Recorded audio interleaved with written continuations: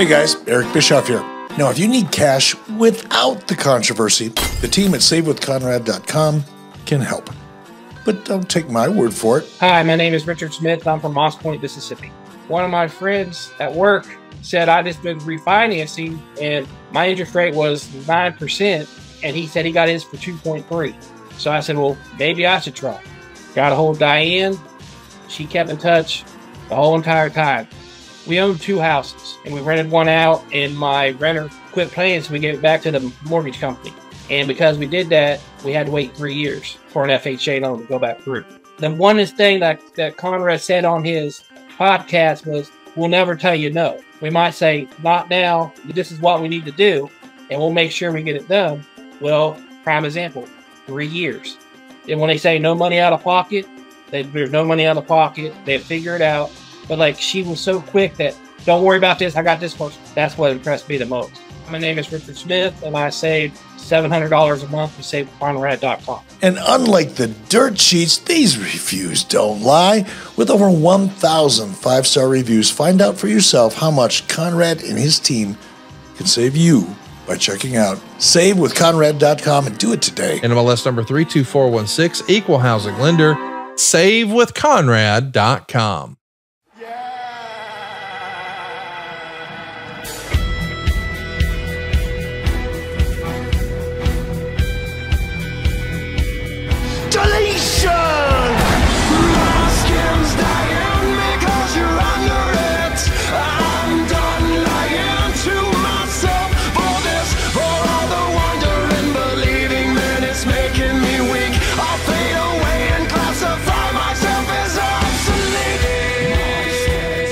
Words are about to be spoken on the Extreme Life of Matt Hardy, presented to you by the ad-free shows and podcast heat networks. I'm John Alba. That's the broken one, spoken one, woken one himself, Mr.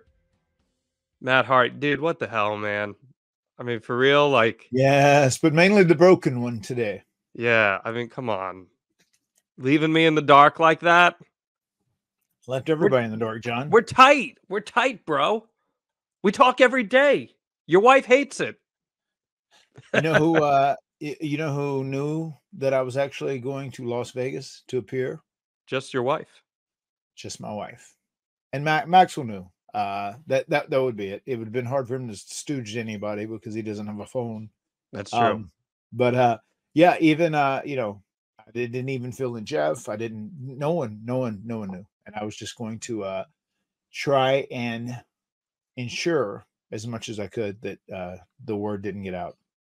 No, we'll talk all about that here on the Return of Broken Matt Hardy episode. Yeah. Definitely something that blew up the internet for a hot second there, and it definitely blew up my phone too, I'll tell you that. Very excited to talk about that with you. Wild week in wrestling. The only person who knew is in this room right now. Oh, is she? She just popped in. There she is. Look at that, doing a jig. It's her little gloat dance. Oh, there we go. There's your clip already. Oh, love it. Love it. Love it. Love it. Yeah, man. I wanted, by the way, off the top here, I want to encourage everyone. We're really, really putting a lot of effort right now into our YouTube channel. So if you're not subscribed, Matt Hardy Brand on YouTube, we're trying to get a lot more engagement going on there, and it's been great. We love hearing the voice of the fans on Matt Hardy's YouTube channel. Even I feel like you were very early on the YouTube trend, weren't you?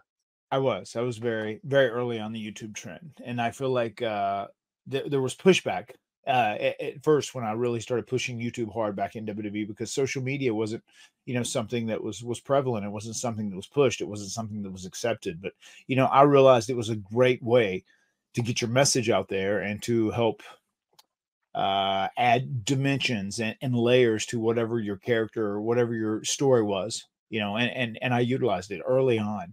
And yeah, it's crazy how big it's blown up, and especially how wrestling and the wrestling industry has expanded so much more than just, like, you know, adding layers to characters and whatnot, like podcast and, you know, people covering pro wrestling and whatnot. Just as far as the internet and YouTube goes, it's blown up. You were a forefather. That was one of the reasons that I even came to you about this podcast in the first place. And we are really trying to put some more equity into that. So if you're not subscribed right now, head on over to the Matt Hardy Brand YouTube page, hit that subscribe button, throw all those likes.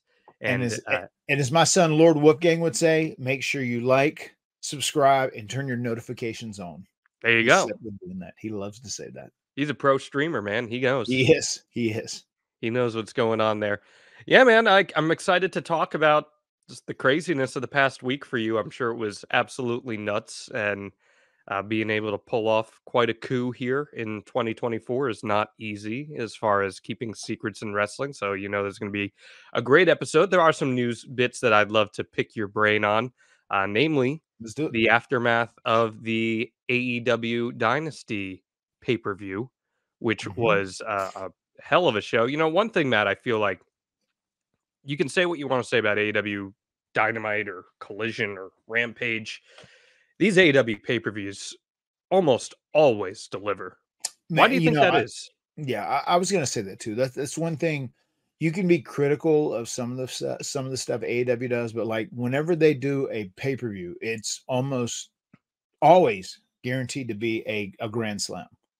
Because I do feel like their pay-per-view cards, they're hard to predict. It's matchups that are very compelling that you want to see, and they usually always deliver. And I didn't get to see this entire pay-per-view. I watched the main matches that I was kind of that I knew were going to be good, that I could.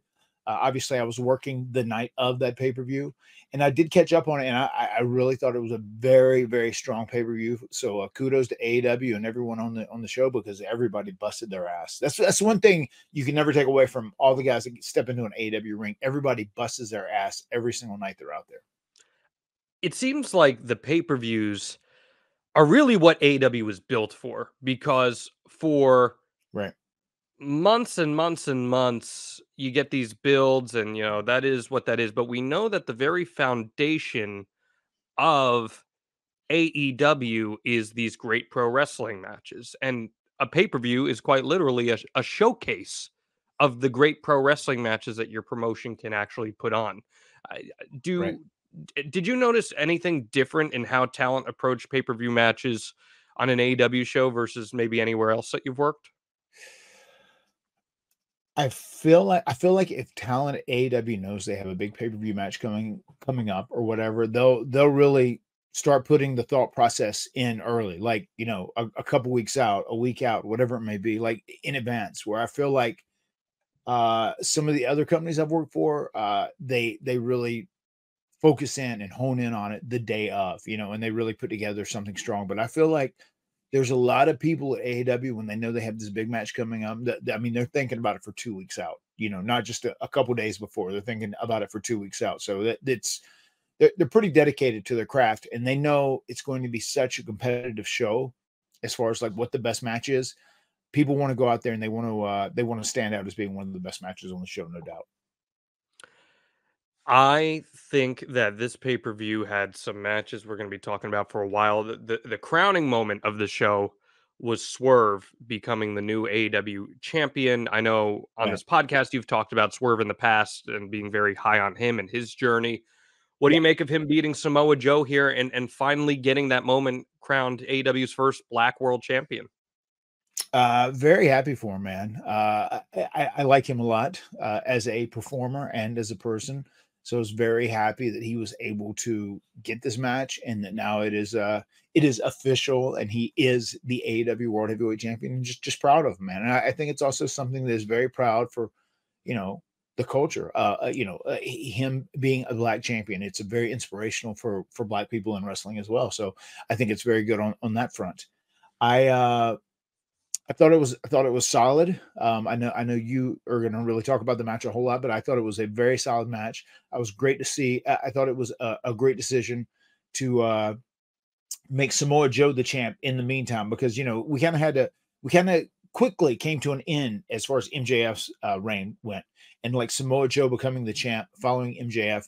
I want to give Samoa Joe his flowers, because he was a hell of a champion during the time he was doing. He was very believable. He was very badass. And I think the fact that we got to this point and we had the build up with him and Swerve knocked off Samoa Joe, who did seem like, in his own way, as Rock was saying, a final boss in so many ways, like this real big, bad Samoan badass. I'm very happy that Swerve got that strong win over him. And once again, I give Swerve and Joe their flowers. That's so funny. You said badass and believable, because those were going to be the two words I was going to use to describe Joe. And you're entirely right about that, especially in the way they structured this match, where Joe was just an explosive, badass final boss, like you said in the beginning of this match, where he really was putting the work in on Swerve, and it was structured in a way where, you know, Swerve was able to get your babyface comeback and overpower the monster. What is it about Swerve that you think connects with people and has made him so popular?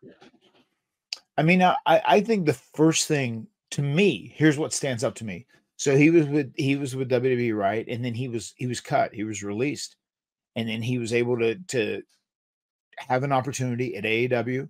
They brought him in. He starts rocking and rolling, and you can see how talented he is. And he's also very charismatic. He does music. He has a whole bunch of other interests too, right? He's a very well-rounded performer when it comes to everything. And then just he's a hell of a guy. You know, if you ask me, he is a hell of a guy. I like him. He's friendly to everyone he meets, whatever.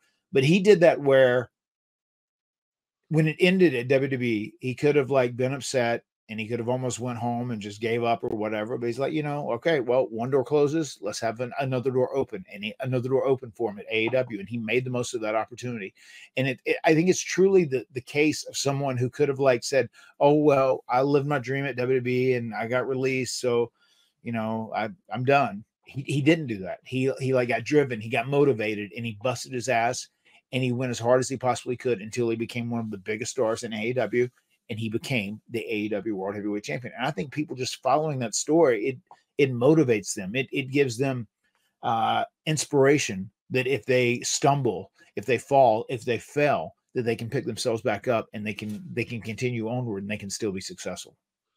I know that you were on the fence about whether he should have won the title in the triple threat match at the previous pay-per-view or this one, but the way I saw it, him getting the singles moment where he firmly put away the badass heel, and they had that really great camera shot at the end as he's about to do the final stomp. They pulled out wide, and you see him soaking the moment in, and the crowd is just eating it up. It made for a star-making moment for Swerve, and I thought, Matt, that this ended up being the right time to pull the trigger on him. You have any thoughts on that? Yeah, it worked out well, and I'm glad it did. I was just I was just concerned. I didn't. He had built up so much great momentum, and he had such a great following behind him. I didn't want that to. I didn't want him to win the title when that wasn't at its peak. So it did. It stayed consistent, and he was still able to pick up this win over Samoa Joe, and it still ended up being a big moment, even a bigger moment, because it was a one-on-one match. Well, and we talked about it last week in our State of AEW episode, which you can go find in the archives, by the way. I thought it was one of the best episodes we've ever done. I got a lot of feedback on that too. Yeah. There have been times with AEW where they have missed the moment because something has been dragged out too long, or someone's gotten a little cold after they were super hot. So this was the right time to do it. He got the moment, and now he's the guy, and I'm very happy about that. The match before that was a ladder match that saw your pals, the Bucks of Youth, defeat FTR to win the tag titles. Jack Perry did make his return in this, as we kind of thought was going to happen. This was a very different ladder match for their standards. Extremely, extremely physical in a almost like a brute way. You know, very, very, very physical. What do you think of the ladder match and Jack Perry's return here? I thought the ladder match was very strong. I thought FTR was very strong. I thought the Bucks were great. I thought the Bucks really, I think they really killed it as far as the way they portrayed heels in the match. Some of the things they did, even when you say, you know, it was different for a Young Bucks match, you know, they weren't looking to do as much of the spectacular flying and whatnot. They just seemed more aggressive, more gritty, more dirty, like they just had to win. And if that means destroying FTR, like I love the spot where they put him in the ladder, and they were smashing him with the chair over and over. Just there was a lot more things that were very, very physical. The first thing I thought after watching the match is like I'd text him whenever I got back home after I got off the plane. I watched it on the plane. And I was just like, "Hey, how you guys doing today?" I said, "I'm sure your bodies have heat with you, because you guys you bust your ass and killed it or whatever." And they said they were doing okay, but yes, they were pretty beat up, and I imagine both guys were. Them and FTR, they both beat the shit out of each other, no doubt about it. And then the Jack Perry return, I thought was done so well. I loved how it was set up, how it looks like it was a jumper a fan who came in and like tried to shove down the deal. I loved how security was on him immediately, and the shot in the reveal when they pulled the Sting mask off and he had that shit-eating grin on. That was perfection. That was so good, and the crowd reaction to him was really good as well. And I think you've got something very special now with Jack Perry back, especially aligned with the Young Bucks, all as heels. Two things again for the whole AEW doesn't tell stories camp. Like even the small detail of him being in a Sting mask is a great storytelling beat with the Bucks and being involved in Sting's last match. That's great. But I think that this idea, Matt, that Jack Perry was a scapegoat and now he's back, and like you said, the crowd reaction, it was really impressive. The one critique I would have, I almost wish he had not been brought up by the Young Bucks on TV in the weeks prior. I almost wish that was a true surprise return, just to maximize that, because it was really telegraphed. I think everyone and their mother knew that he was coming back in this match. And like, predictable is not always bad. And as you said, the crowd reacted in a positive manner, so it's fine. But I think it really could have just taken that moment to the next level if there had been no mention or insinuation at all of Jack Perry in the weeks leading up to it. Well, when in their mentions, they called him scapegoat, correct? They call him scapegoat. They're looking directly into the camera. Scapegoat is the moniker he's been rolling with. No, I know. I know, but I almost feel like, once again, and I'm just going to hit this point, I feel like someone like you or me, I mean, a diehard fan, someone who's in the know, does it all. And you know where I'm going with this already. I do, but I got to cut you off there because then that was hammered on even more by airing the Punk footage and owning in on Jack Perry being involved. So all of those things, that just, I don't know, it kind of was like beating you over the head with it, I felt like. I think so. I think some of the people that are in the know, it was. I think if there are people on the on the outside in the periphery, I think those people, they hear scapegoat and they who are they talking about, whatever else, and they say, oh damn, that's that Jungle Boy, he's back, so I didn't mind it, and I think I understand what you're saying. For us watching it, if he would have just shown up and be like, oh shit, that would have been very cool, whatever. But I feel like I like the fact that they dropped those breadcrumbs just for people who may have been just TV watchers more than anything else. Yeah. Now, those two matches had a really difficult job because they had to follow up. Yeah. They really did. And they did a great job at it. But they had to follow up. I'll say it. I think this was quite possibly the greatest match on American soil that's ever happened in terms of sheer pro wrestling action and in-ring storytelling.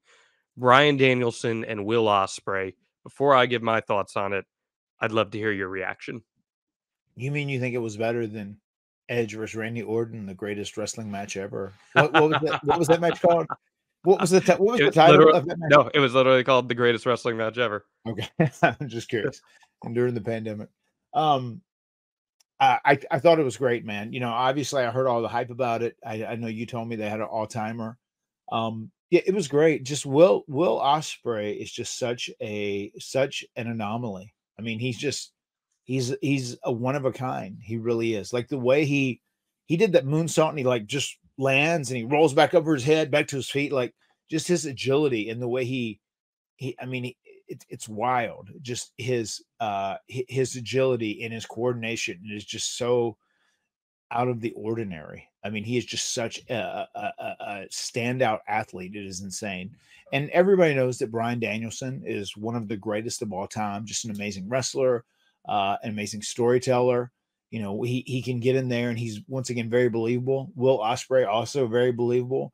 And these guys went in there, they went at it, they went 150%, you know, the whole match. And they did a great job of just having a very compelling wrestling match where you could not turn away. You just had to watch it and you had to see what was next. And it was really good. It was just, it was fantastic. How much did the crowd amplify the match for you? Oh my God. I mean, once again, too, this is a conversation that we'd had. I was just going to say that Will Ospreay, being as new as he is, right? Still probably to American people, American just pro wrestling fans, not diehard wrestling fans, you know, they're still familiarizing themselves with him.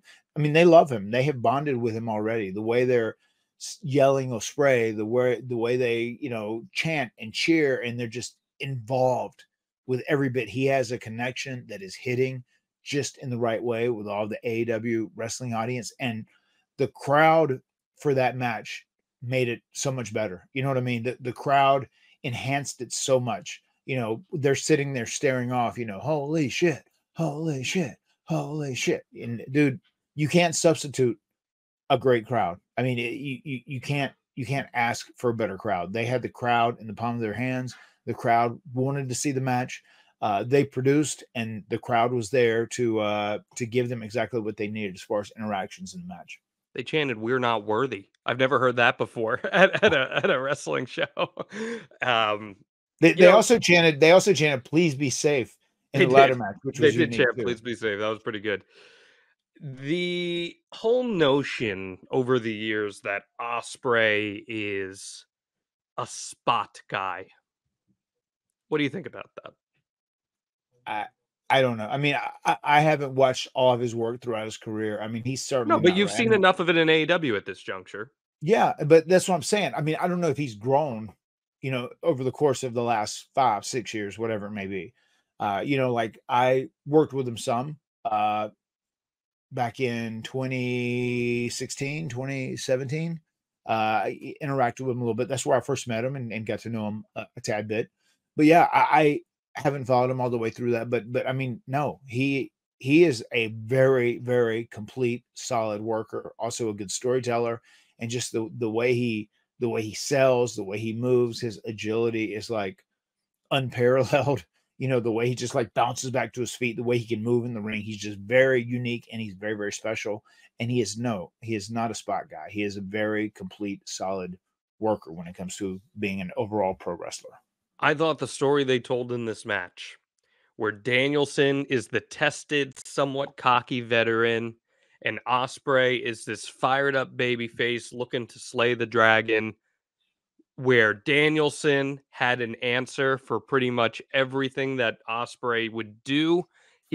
One of the coolest parts of this match was he would try the Os cutter, and Danielson had a different counter for each Os cutter that Ospreay did. And just when Danielson would start to get a little cocky and like, yeah, I'm firmly in charge here, then Ospreay would pull something out and take him by surprise. All leading to that last moment where you've got Danielson in one corner and Ospreay in one corner. The camera did a fantastic job, like getting each of them.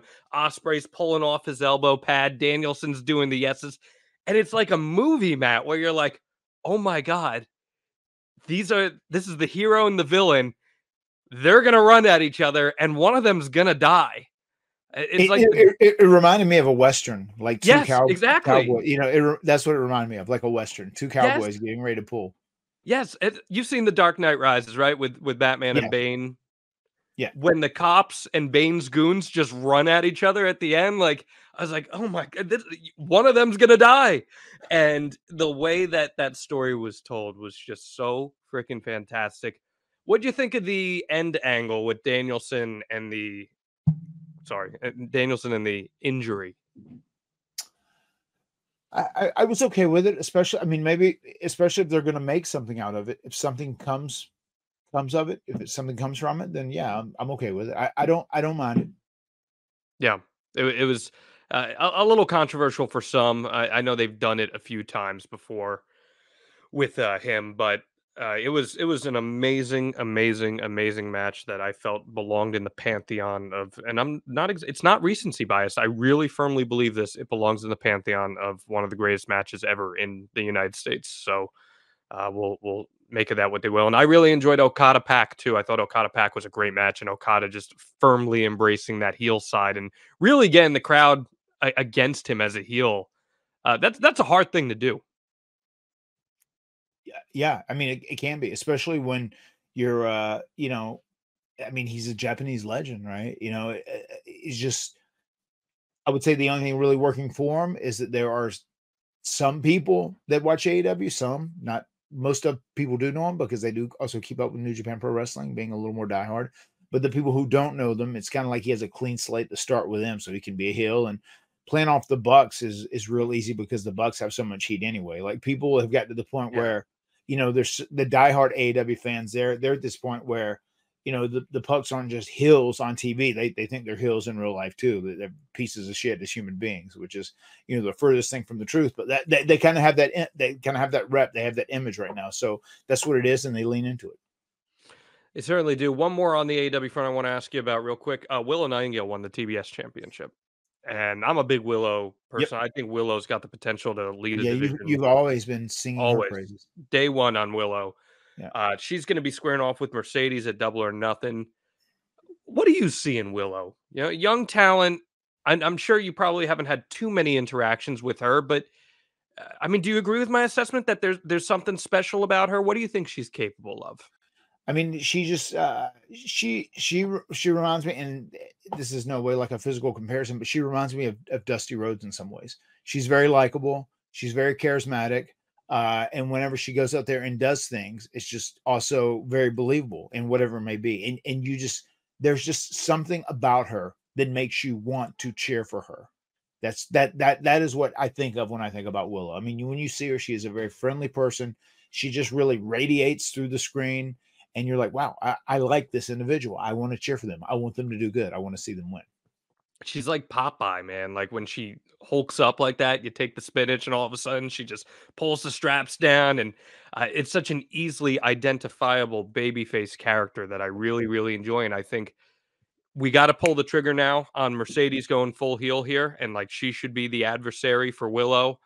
And I think they're going to have a killer match when all's said and done there. And hopefully they have good synergy together. Indeed. So on the WWE end, one of the biggest pieces of news, Matt, this week, as far as this show is pertained, was the release of Cameron Grimes. We've done an episode on Cameron Grimes, Trevor Lee.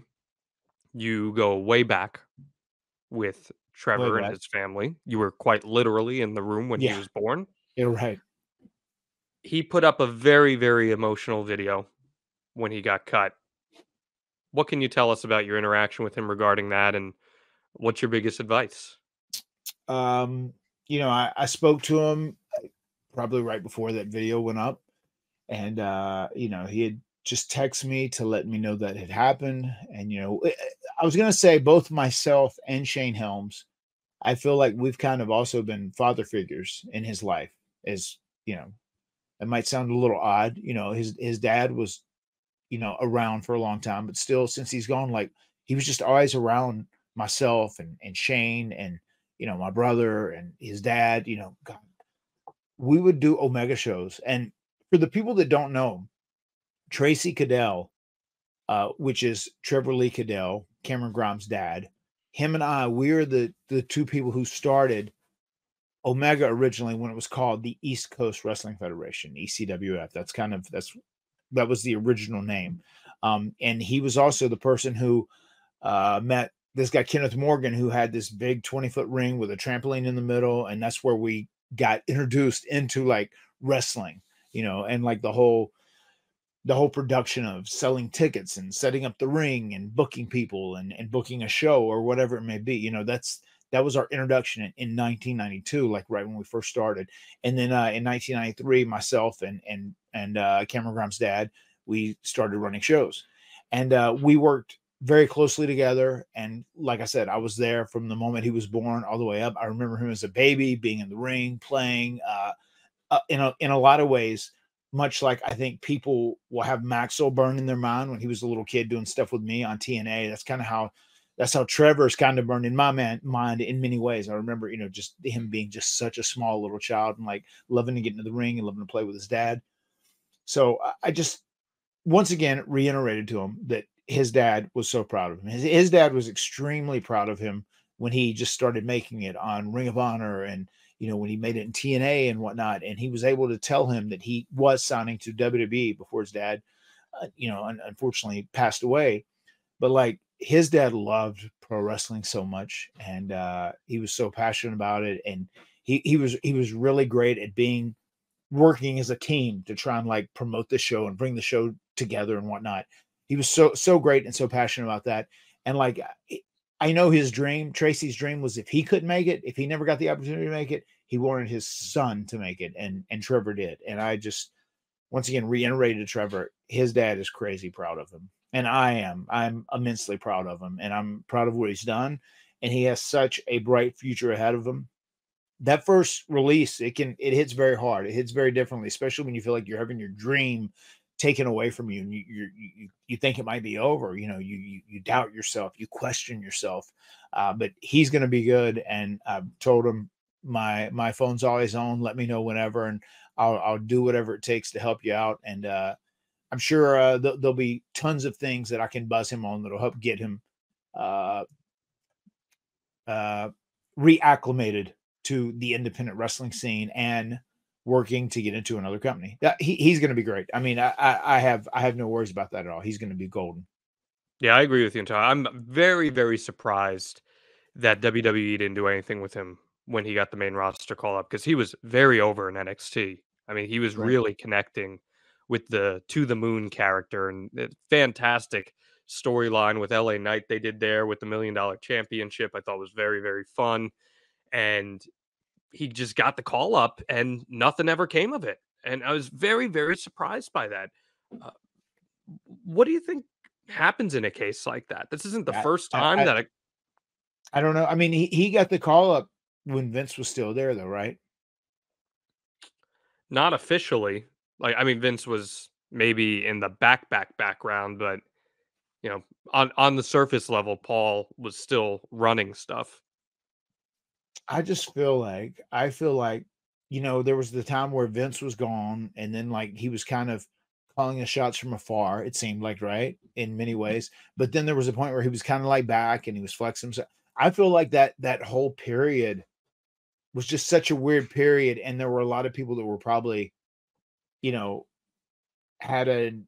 kind of like unstable in many ways, just because like no one was really sure who was running. I feel like now that Vince is gone and it is, it's Paul Levesque through and through, he's making all the decisions. I feel like everyone's now on more solid grounding, and they know where they're at, if that makes sense.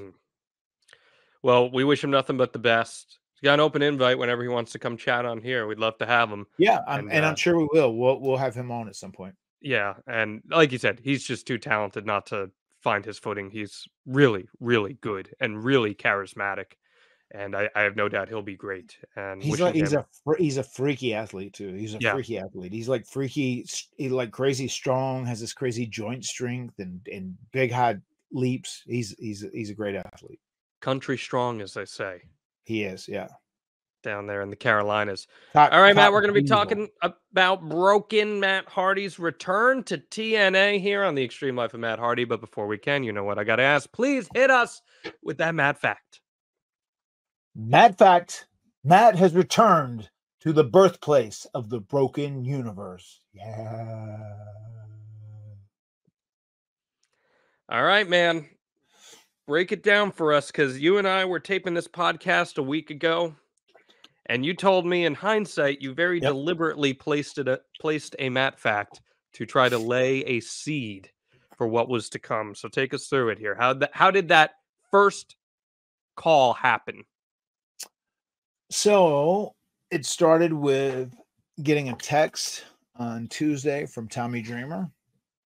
And he just said, "Hey, TNA has been asking me about you. if you're free now, they'd be interested. I've got some dates, could run by you, whatever. He said it'd be great to work with you again. And then I ended up speaking to him, and he shot me some of the dates, and it was wild. The dates that they all shot kind of like fell on the weekends that I wasn't already booked to do signings or a con or whatever it may be. So I said, okay, well, I think this could be cool. And we worked out some stuff on Wednesday and Thursday creatively. I talked to some of the creative people. We got kind of everything up and running. They got me a flight. They got everything set up. There's going to be a big secret kayfabe. I come in at the end of the show, as I did. And it materialized very quickly over just a couple of days. Yeah, I'd say so. So let's get the foundation out of the way. Are you signed on a contract to TNA Wrestling right now? No, I'm just doing a per shot per appearance deal right now. And Okay. and we're just kind of playing it by ear just to see how long this lasts. This is while I'm still speaking to entities at AEW, still speaking to other entities in other places. And I feel like even doing it, and this is one of the reasons I say this, because towards the end of AEW, myself and Jeff, I feel like we had cooled off so much. I wanted to put in that Matt fact of like, Matt is in no rush to sign a contract, because I think I can do TNA television for a few weeks back to back, being a good angle, being a good story. And I think it will help heat me back up a little bit. And I think that's important, especially when you've been cooled down a lot. I think it's important to heat yourself back up and get some buzz on you and get some buzz surrounding you as far as the business goes. And then once again, I think there's some other places, I could like pop up and make appearances or whatever. So as far as the contract thing goes, when you sign a contract, then you are locked in, so you have to be there. And then that takes away a little bit of your freedom of creativity and whatnot. And it kind of, it tightens the knot of you being able to like just pop up and show up wherever you want to. But TNA, I got to tell you, they were great. They were open to everything. They really rolled out the red carpet for me, first class, which was amazing. And it was great to be back there. It was a great locker room. It was great to see the people I hadn't seen in a while. And I was very happy with the weekend. It was a really fun, and it felt like a very productive weekend. And it should lead to a couple more very fun weeks of TV coming up. We'll dive more in on the locker room and stuff like that over the course of this conversation. But I want to continue with the logistics of this. So you are on this week to week agreement essentially here where you're just lining up TV. Was creative like laid out for you in this pitch? Like what's that process like for you? Yeah, I mean, they just we talked about a couple different ideas about things we could do, and then we ended up going, with the deal that I show up at the end of the night. And ironically, the last time they were in this venue, which was months back, this is where Nick Nemeth actually showed up, and it was a lights out thing, and he did it with Moose as well. So we kind of did a parallel to that. It was very interesting that he was actually having the match with Nick Nemeth here. Then I show up and do that, and then I let it be known that I want to come after the championship of the world in TNA. So yeah, we just kind of we talked about the creative. We're going to work it out, and we said we had a couple weeks of TV we're going to do after that. And we said we would kind of lay that out over the next couple of days, like while I was traveling and flying and whatnot. But yeah, we just knew I had a 7 a.m. flight leaving Raleigh-Durham, direct to Vegas on Saturday, and their show kicked off about, I think 5-ish is when the actual show kicked off local time, because it started at 8 here. So I was able to get into Vegas around 11 o'clock. This is very funny. So, right. I asked if I could be picked up, because they said, would you rather just get a ride to the hotel? I was staying in a different hotel from everybody else in TNA. Would you rather get a ride to the hotel on your own, or would you rather have someone come scoop you up? And I said, I'd rather have someone scoop me up. So it's just like, I don't have to like sit out there. I don't have to do things myself. And I'm like waiting. I just literally wanted to try and move through the airport as fast as I could, because I didn't want anybody to like say, oh my God, Matt Hardy's in the Las Vegas airport. Right. So sitting here and I threw a hoodie. I knew I wouldn't need it. I was going to Vegas and I'd already seen the temperature. It was nice and warm and toasty. So I have a hoodie in there that I'm going to rock.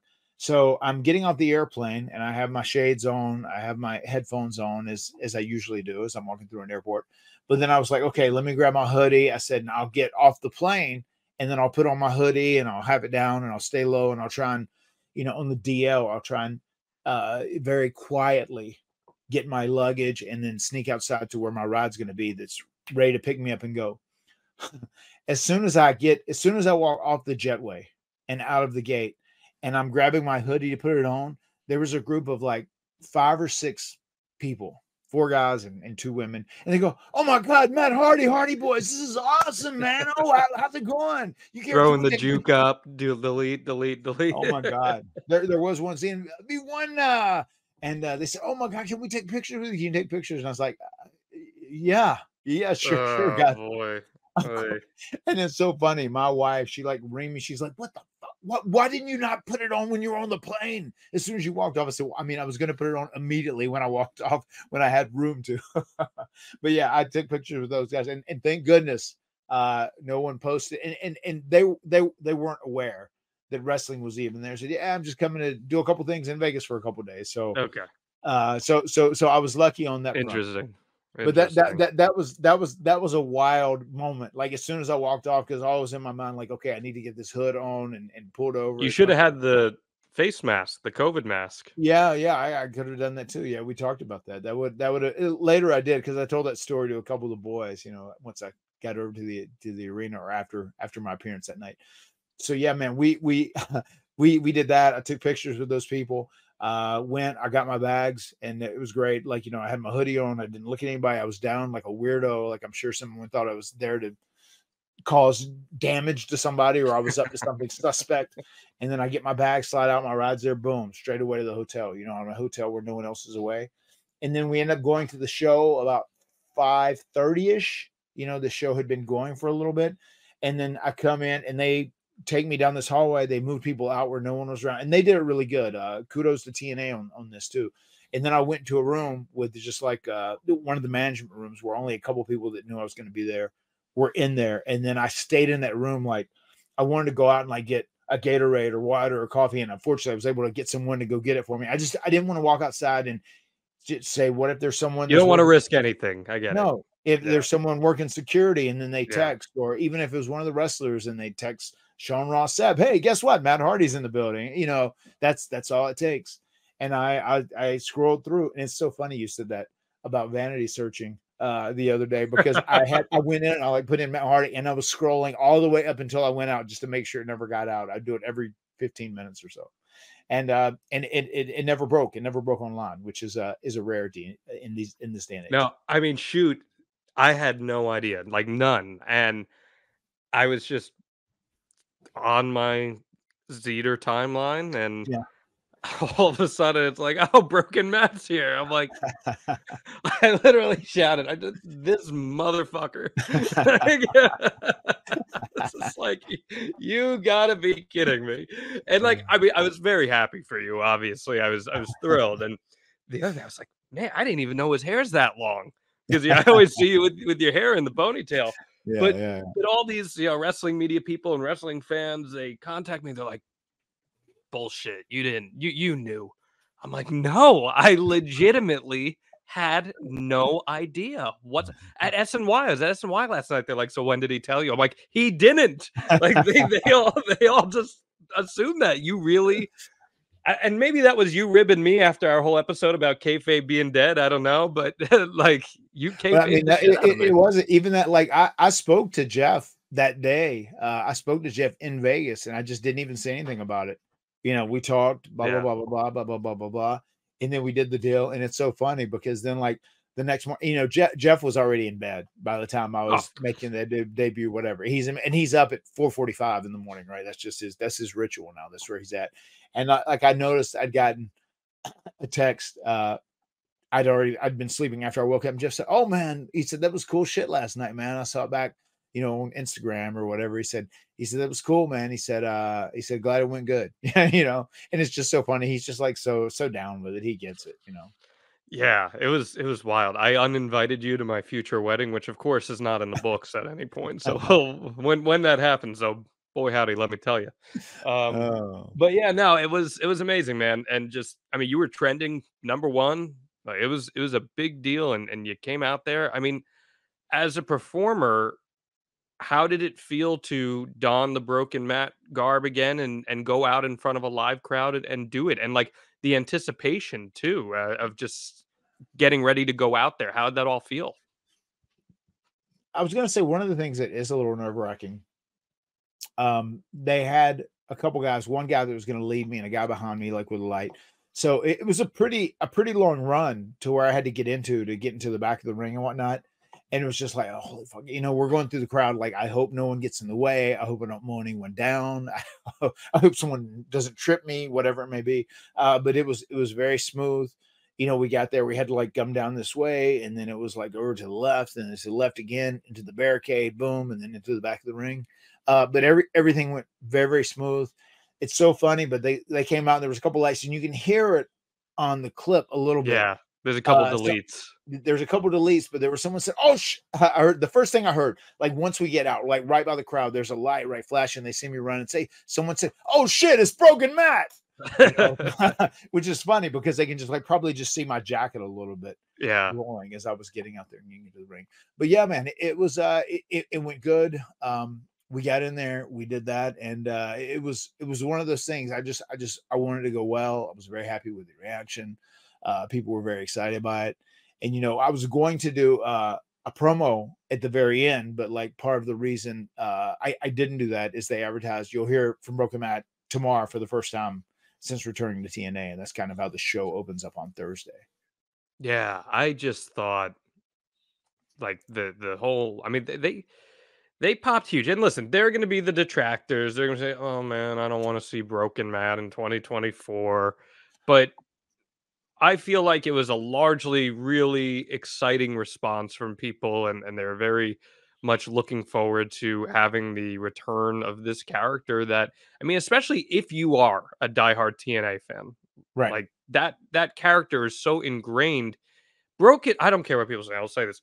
Broken Matt Hardy saved TNA. Broken Matt Hardy saved TNA. So to have that synergy again where you're working with TNA as this character, I don't know, Matt, to me, that's meaningful. How do you look at it? I think so too, and I'm also going to push the character forward. Like I'm getting ready to start shooting some vignettes where maybe you see something, and I'm gonna lean on Rebby a little bit on this too. I think there's also going to be a utilization of some more of my family in it too. Like that's not out of the question as far as it is going forward. And even Rebby said she's ready to wrestle a match, and there might be something there with Eddie Edwards and his wife. We'll see. Mm. But yeah, like the whole thing with Broken Matt, I think I'm going to push it forward where I am Matt Hardy. This is me, Matt Hardy, the living legend, the guy who's done it all, is the Hardy Boys, one of the greatest tag team members of all time, whatever. He is aware that he is Broken Matt, almost like a Bruce Banner Incredible Hulk thing. So I'm going to push the character forward where we're going to get into that. And that makes it a little more clear. You won't like me when I'm broken. There I you have like it. I like it. That's good. The anticipation of the moment when the lights come up. And did that still give you the feels? Like, I don't know, for me, in the segments that I've done in indie wrestling, even when you're gonna do something that the crowd has no idea is coming, and you're anticipating it, and then when you hear the response and it's just so grand, Right. that's like the best feeling ever. It is. It's nice. And it's exhilarating. It motivates you. It makes you want to go harder. It fires you up. It really does. And it's cool because once again, it was one of those things like nobody expected to see Broken Matt Hardy pop up at the end of Rebellion. TNA has a lot of young talent. The Speedball Mike Bailey's, even someone like Ali, who's getting another chance right now, Yeah. and he's crushing it. He's awesome. They bring in Matt Hardy, who's nearly 50, and this is me, speaking about it from the objective, critical standpoint. Of course, right? no, as you should. And he's taking a spot that could be going to someone else in this moment in time, coming off the Nick Nemeth match. Mm-hmm. Justify that for me. Make it make sense in a way that is digestible for everyone. I mean, I can help TNA because there is a lot of equity in the name of Matt Hardy. Broken Matt Hardy is one of the most popular characters that's ever been in TNA. And you know me, and the people who do understand me, you know, that are online or whatever else, know that I am there for the greater good. And I know Speedball is one of your guys, right? Love him. Love him. You're gonna be very tickled about Broken Matt Hardy's next couple weeks in TNA. Because it's going to be unique, and I can help elevate people there. I can help make people into bigger deals, and that is my goal. Anytime I go anywhere, that is what I want to do. But there also has to be, I have to be given something as well in return to be able to do that, to be able to make people into bigger stars, to be able to elevate other people, or to be able to give people a rub for someone who's been on TV for, you know, almost 30 years straight. What do you think about working Moose? It's gonna be interesting. It's gonna be fun. I did a thing with Moose at one point on like a one night only, and we had a pretty good little deal. But I loved how he's really established himself as a real dominant force. The mammoth known as Moose, as Broken Matt is going to be calling him in the present. I think he's done a good job establishing himself. He's become like legitimate, and he's kind of came off as a threat, and he has a good little deal going with the system. So I'm very excited to kind of delve into a battle with these guys. What did you think of the new TNA locker room and the staff there? Everybody was super friendly. It's funny. I was after my match and after my appearance, after the Moose Nick Nemeth match, and I got back, I was there for so long. Like I didn't do a couple things. I did one little promo, and then like my wife's like, "Oh my God, why were you there so long?" I said, I was almost like just saying hello to everyone because like no one had seen me. You know what I mean? And they were just like, "Oh my God, I had no idea you were here," which was so great. I don't even think.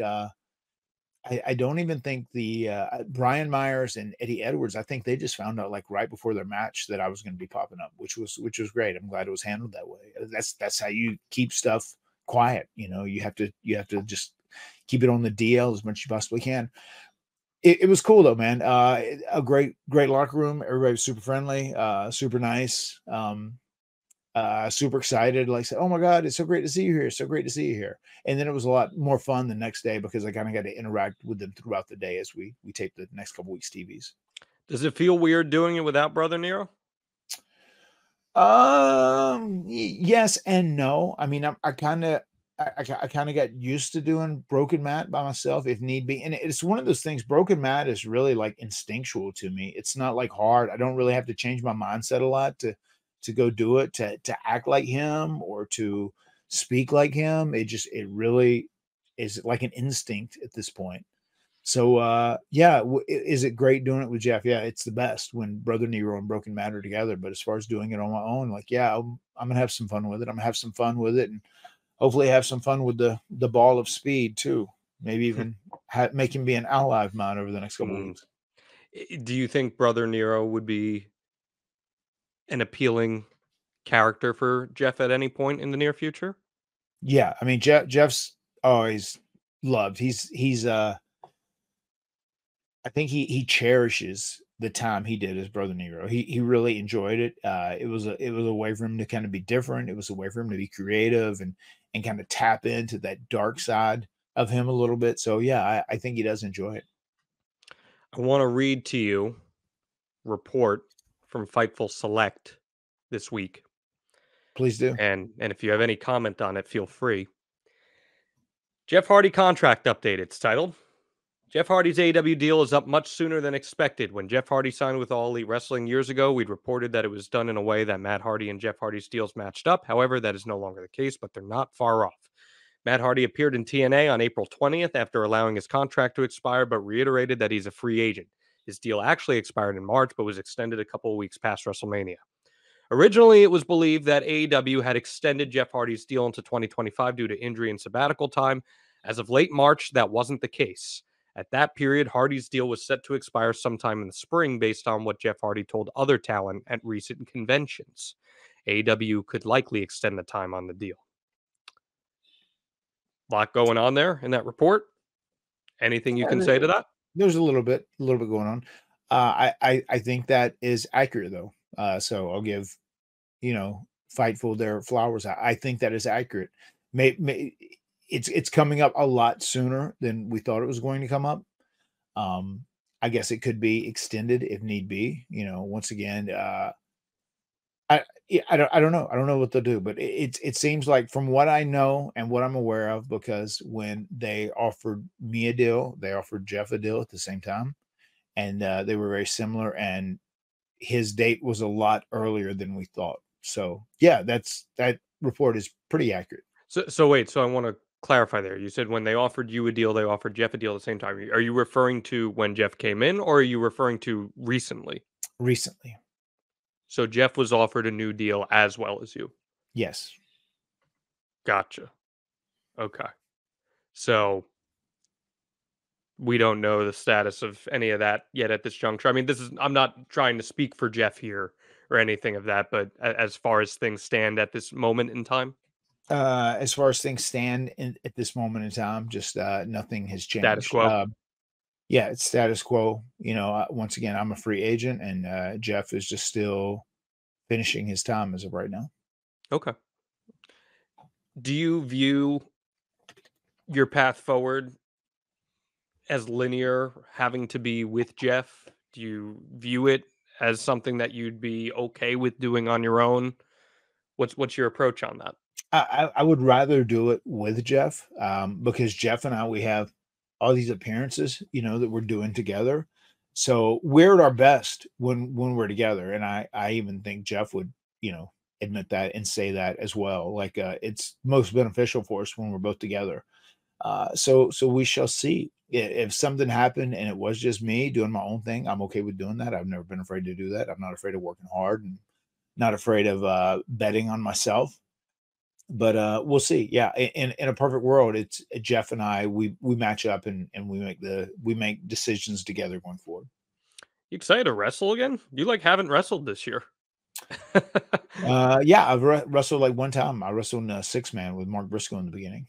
Yeah, so that'll yeah, it'll be interesting, especially too that my body, I've been training super hard and super healthy and feel good and not very beat up. So yeah, it'll be exciting to wrestle again.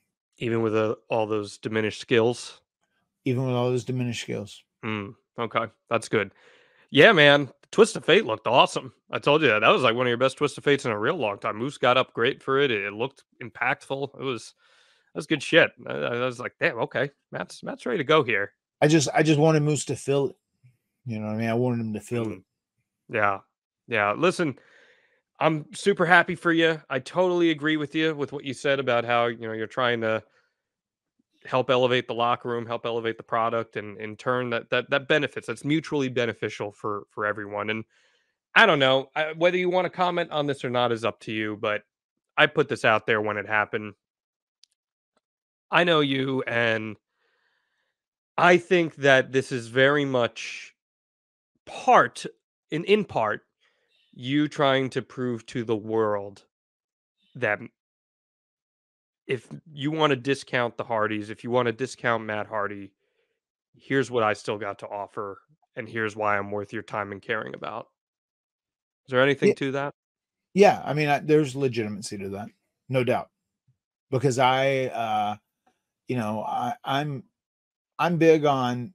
I've been signing autographs recently. I did the last couple weeks because the Hardys for a while we would hit Dream to Defy, and what was so funny, it was such like a Team Extreme, or in spelling extreme with an X as opposed to an E, or like Hardy Boys with a Z instead of an S.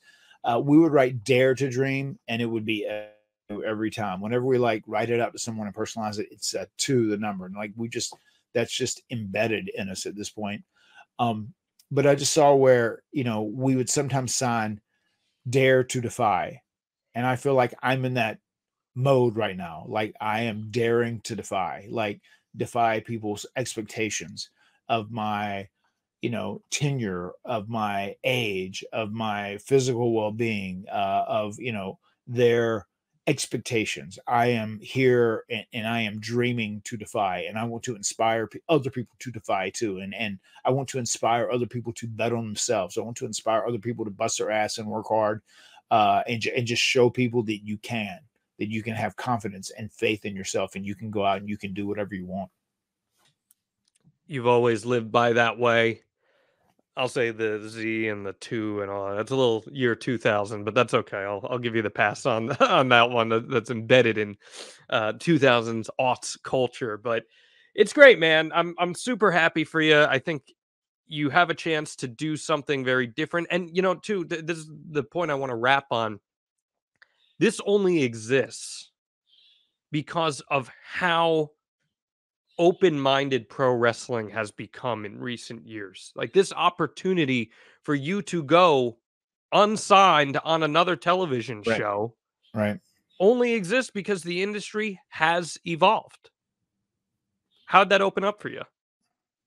I mean, it's one of those things where the landscape of wrestling has changed in some ways. If there's enough equity in your name, you can go places and you can do things without being contractually obligated in some ways.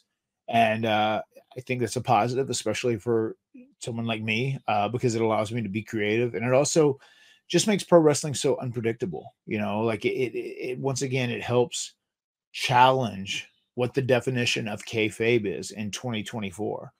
And who knows? I mean, who knows where this goes? Who knows where I go next from TNA? Is it WWE? Is it AEW? Do I end up doing something long term with TNA? I mean, who knows? Anything is possible, and that is one of the things that I really enjoy and like about this, is because it is unpredictable and it allows me to be kayfabe in 2024. I said it on the X. It's amazing that in April we had 2 matches that are probably going to go down as 2 of the most memorable American matches of all time, with Ospreay and Danielson, and then Cody winning the championship. And those 2 matches that are going to be amongst the most memorable ever could not have been more different from one another. And rather than spending time on what you don't like, it's proof in the pudding that there's so much out there that you can find that you will like and enjoy. And hopefully Broken Matt Hardy and what TNA is going to do here is going to offer up a little something special. And you want to give us a little preview of what's ahead, what we can expect here? You mentioned the kids getting involved, the family getting involved. What can we look forward to? I was going to say on Impact this Thursday, you'll hear from Broken Matt Hardy. We'll kind of see what is his goal. Why did he return to TNA? He'll kind of let his intentions be known.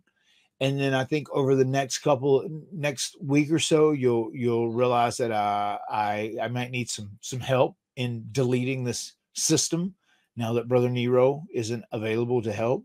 But it's going to be fun. It's going to be a fun little journey. And whenever people talk about TNA and Broken Matt, immediately you think about one of the greatest characters from the whole Broken universe, and that is the Hardy compound. Like, at some point, is there going to be some sort of massive Hardy compound, the system deletion or whatever it may be? Anything can happen in the extreme life of Matt Hardy. You're getting good at these. That's good. It's very good. And if you want to be part of the Extreme Life of Matt Hardy family, here's how you do it. You head on over to advertisewithhardy.com. You promote your business to the extreme, get it out in front of thousands of listeners and viewers every single week. And it's a growing audience too, which excites me. Go to boxofgimmicks.com. I'm wearing my 5 stars t-shirt right now. You can put that on your back as well. We'd love for you. Boxofgimmicks.com. Search the Extreme Life of Matt Hardy section and get on that. If you're watching via YouTube, which I encourage you again, subscribe Matt Hardy Brand. You can see the QR code that is there. That will take you directly to it. And if you want early access to the Extreme Life of Matt Hardy, adfreeshows.com is going to be your place to get that. Matt, anything else you'd like to add here? No, man. It was fun. It was a really fun weekend. It's strange in some ways, because just like you kind of get, once you're someplace for so long, you just kind of get used to it. And it's wild to go to another locker room with a whole different set of people, but like people that you're friends with, everyone, like, and you know everyone, you've had interactions and you have history with them and whatnot. It's cool, but like seeing them is just like it's like a family reunion in many ways. And then you just go about your thing and do business. So that's one of the cool things about pro wrestling. You go to different places where there are different people, but at the end of the day, it's all the same. And you want to go out there and entertain people and make them cheer and boo and put smiles on their faces. That is the ultimate end game. We love to hear it. We love to hear it. You certainly don't hate to see it. I promise you that. The words have been spoken. We'll see you next time right here on the Extreme Life of Matt Hardy. Die!